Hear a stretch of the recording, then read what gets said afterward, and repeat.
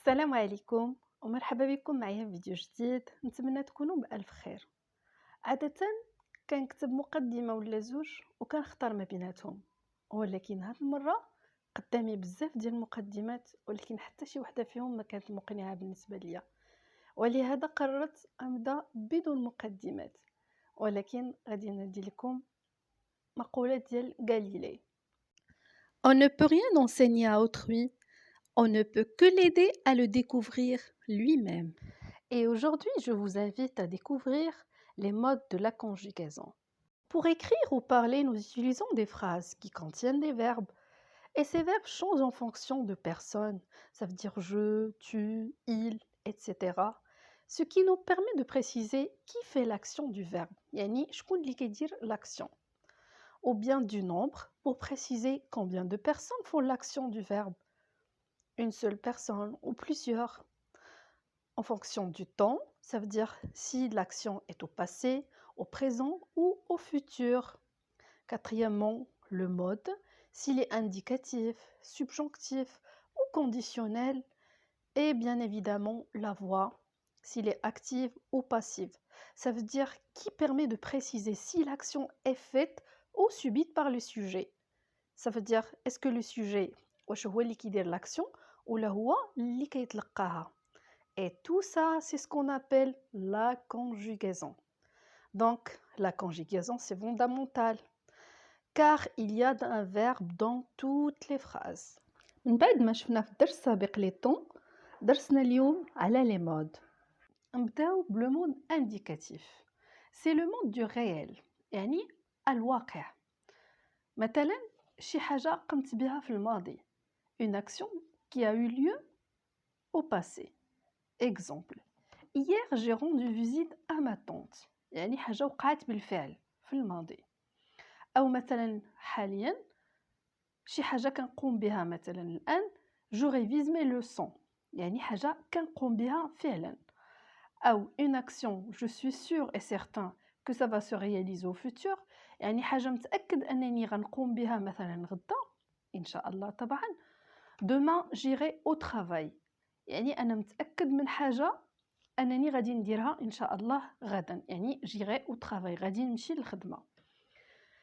je récapitule. إذا كانت حاجة متأكد منها أنها وقعت في الماضي، ولا كنوصف حالة كنقوم بها حاليا، ولا حاجة متأكد أنها غادي توقع في المستقبل، كنستعمل le mode indicatif. Le deuxième mode, on a le subjonctif. Le subjonctif, c'est tout à fait le contraire de l'indicatif. C'est le mode d'irréel. مثلا كنستعملو subjonctif ملي كيكون عندنا le doute. Je ne suis pas sûre que l'action va se réaliser. يعني je doute، أنا ما متأكدش. Exemple: je doute qu'il réussisse. Par exemple شي واحد لما كانش كيقرا ما كيراجعش ما كينتبهش، يعني أكيد عندي شك في أنه غادي ينجح. إلا غينجح غيكون ان ميراكل، مي أنا je doute qu'il réussisse. ملي كيكون عندي doute كنستعمل le mode subjonctif. Deuxième cas ملي كيكون عندي لو سوي، كنتمنى شي حاجة، كنتمنى ولكن ما عنديش ضمان أنها غادي توقع هذيك الحاجة، فقط تمني. Exemple: je souhaite que tu viennes me voir. أنا تمنيتك تجي عندي تشوفني ولكن ما ضمنتش واش غادي تجي. Ça veut dire je souhaite que tu viennes au subjonctif. Tu viennes me voir. Ou bien عندها علاقة بالémotion ou sentiment. Exemple: je suis ravie que nous révisions ensemble. يعني أنا فرحان أن احنا كنراجعوا مجموعين.